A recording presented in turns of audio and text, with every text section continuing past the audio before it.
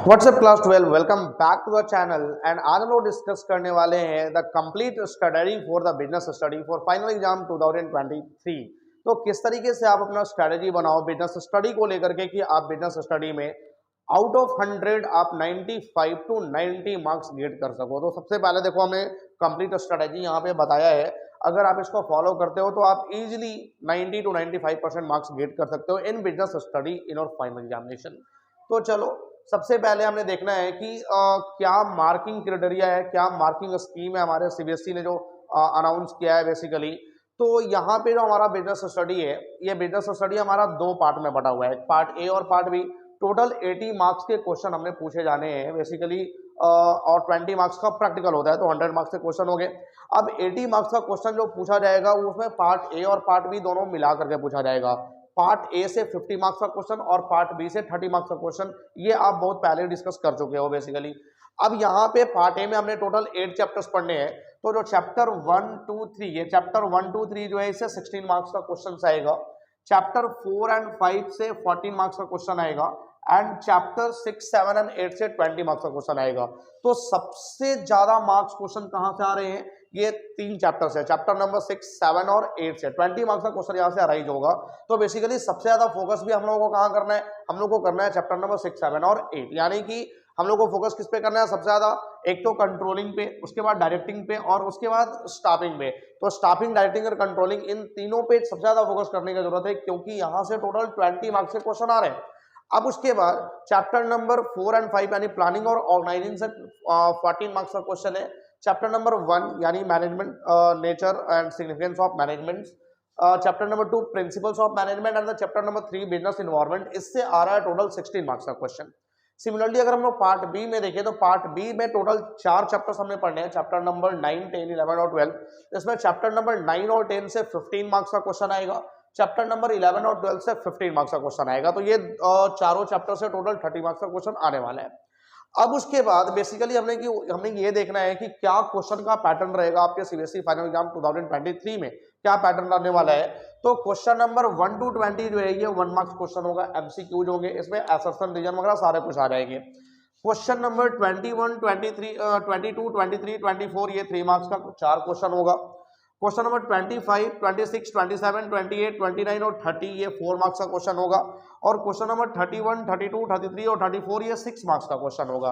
तो ये total questions का आपका पैटर्न रहने वाला है, टोटल 34 क्वेश्चंस आएगा, जिसमें 1 टू 20 1 मार्क्स का क्वेश्चन होगा, एमसीक्यूज होंगे, उसमें असर्शन, रीजन सारे कुछ आ जाएंगे। उसके बाद 21 से 24 यानी 4 क्वेश्चन होंगे वो 3 मार्क्स के होंगे। 25 टू 30 जो 6 क्वेश्चन होंगे वो 4 मार्क्स के होंगे एंड 31 टू 34 ये 4 क्वेश्चन 6 मार्क्स का होगा। अब उसके बाद बेसिकली हमने ये देखना है कि जो 6 मार्क्स कवर करेगा वो क्वेश्चन कहां से अराइज होगा, क्योंकि सबसे ज्यादा इंपॉर्टेंट तो 6 मार्क्स क्वेश्चन ही है ना। 6 मार्क्स के टोटल 4 क्वेश्चन पूछे जाने हैं, तो 4 क्वेश्चन से मुझे 24 मार्क्स मिल सकते हैं। तो बेसिकली हमारा फोकस जो होगा वो सबसे पहले किस पे होगा, 6 मार्क्स वाले क्वेश्चन पे।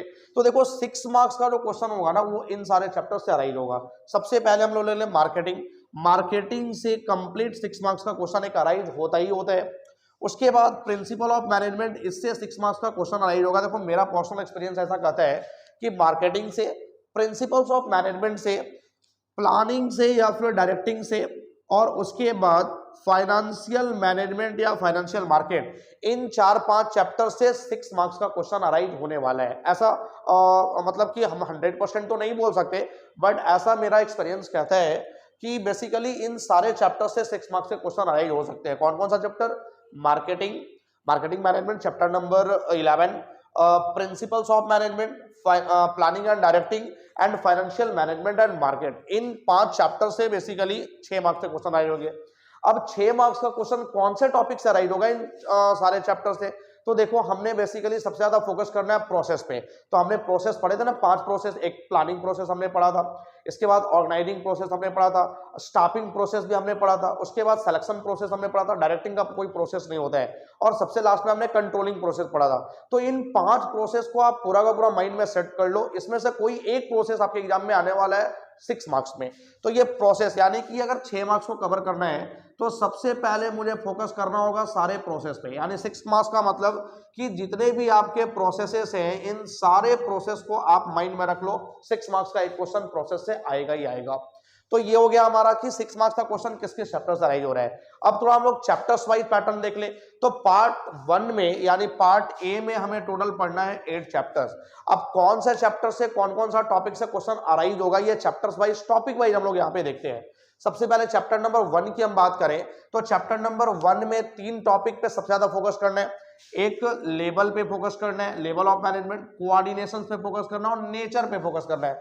नेचर का मतलब वो management is science, management is art, इस पे फोकस कर लेना है। अब इसके बाद आप बाकी टॉपिक भी एक बार रीड कर लोगे, लेकिन मेजर जो फोकस होगा वो लेवल ऑफ मैनेजमेंट पे, कोऑर्डिनेशन पे एंड नेचर पे। उसके बाद चैप्टर नंबर 2 की बात करें तो प्रिंसिपल्स में फेयोल का जो 14 प्रिंसिपल्स हमने पढ़ा था इस पे फोकस करना है।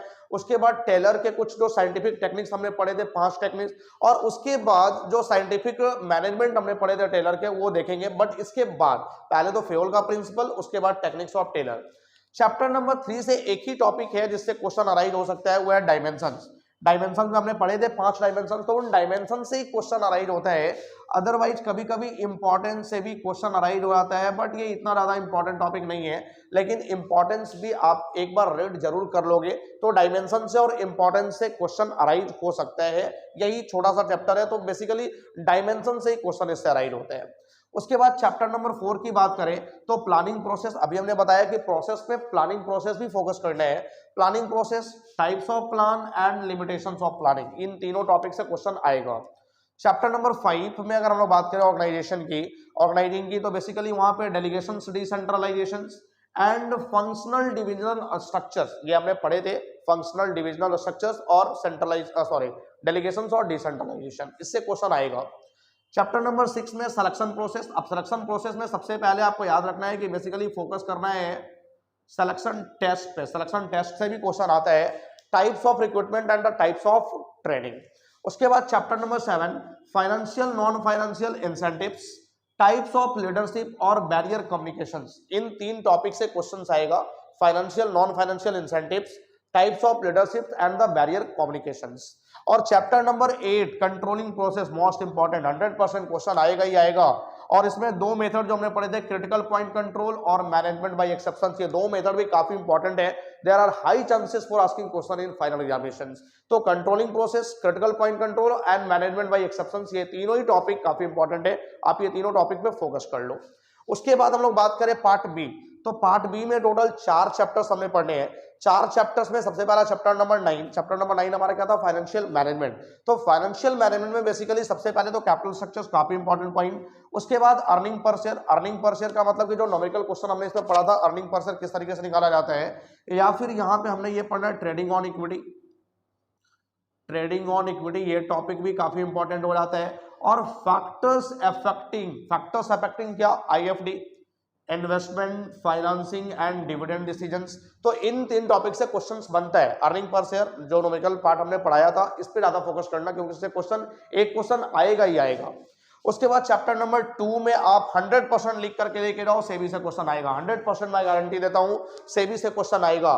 ट्रेडिंग प्रोसीजर्स, जिसमें हम लोग डीमैट अकाउंट ओपन कर रहे थे, 8 प्रोसीजर्स हमने पढ़े थे यहाँ पे। और डिफरेंसेस किसके आएंगे, primary market, secondary market, primary market, secondary market, money market, capital market, basically इन सारी चीजों से बेसिकली यहाँ पे डिफरेंसेस पूछ सकता है। तो चैप्टर नंबर 10 में सेबी 100% आएगा, याद करके रहना। ट्रेडिंग प्रोसीजर्स और differences of primary market, secondary market, capital market, money market, basically ये सारे कुछ आएंगे। चैप्टर नंबर 11 की हम बात करें तो functions of marketing. Marketing functions हमने पढ़े थे, तो basically functions of marketing, types of packaging आता ही आता है, डिस्ट्रीब्यूशन चैनल्स और प्रमोशन, इन 4 टॉपिक से क्वेश्चन बनते हैं। और chapter number 12 consumer responsibilities and consumer rights, इन सबसे क्वेश्चन बनता है। तो ये कंप्लीट एक स्ट्रेटजी हुआ बिजनेस स्टडी का। अब हम लोग इस स्ट्रेटजी के बेस पे अगर प्रिपरेशन स्टार्ट कर रहे हैं तो बेसिकली आप out of 100 90 to 95 marks easily लेकर के आओगे, कोई नहीं रोकने वाला है। तो आप इस कंप्लीट स्ट्रेटजी को एक बार फॉलो करो। अब जो टॉपिक हमने दिया है, बेसिकली हर चैप्टर से 3 टॉपिक, किसी चैप्टर से 2 टॉपिक, किसी चैप्टर से 1 टॉपिक हमने लिया है, तो ओवरऑल 35 to 36 टॉपिक्स हमारे बन जाते हैं। अब इन 35-36 टॉपिक्स को अगर देखा जाए तो 35-36 टॉपिक से पूरा का पूरा एग्जाम कवर होने वाला है आपका। तो ये 35 to 36 टॉपिक्स अगर आप पूरा का पूरा कवर कर लेते हो तो आप इजी वे में 90 to 95% लेकर के आओगे इन बिजनेस स्टडी। तो आप प्रिपरेशन आज से स्टार्ट करो। किसी भी तरह का कोई प्रॉब्लम होता है, डाउट होता है, आप कमेंट सेक्शन में मैसेज करो, इमीडिएटली आपके डाउट को सॉल्व करा जाएगा।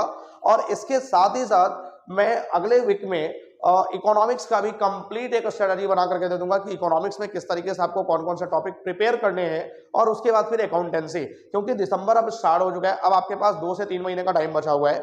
तो इन 2 से 3 महीने में पूरा का पूरा कंप्लीट स्ट्रेटजी बना करके पढ़ो। विदाउट स्ट्रेटजी आप एक हाई मार्क्स लेकर के नहीं आ सकते हो, तो स्ट्रेटजी अब बनाना पड़ेगा। तो ये बिजनेस स्टडी का कंप्लीट स्टडी, आप इसका स्क्रीनशॉट ले लो। उसके बाद नेक्स्ट वीक में मैं दूंगा इकोनॉमिक्स। Thank you.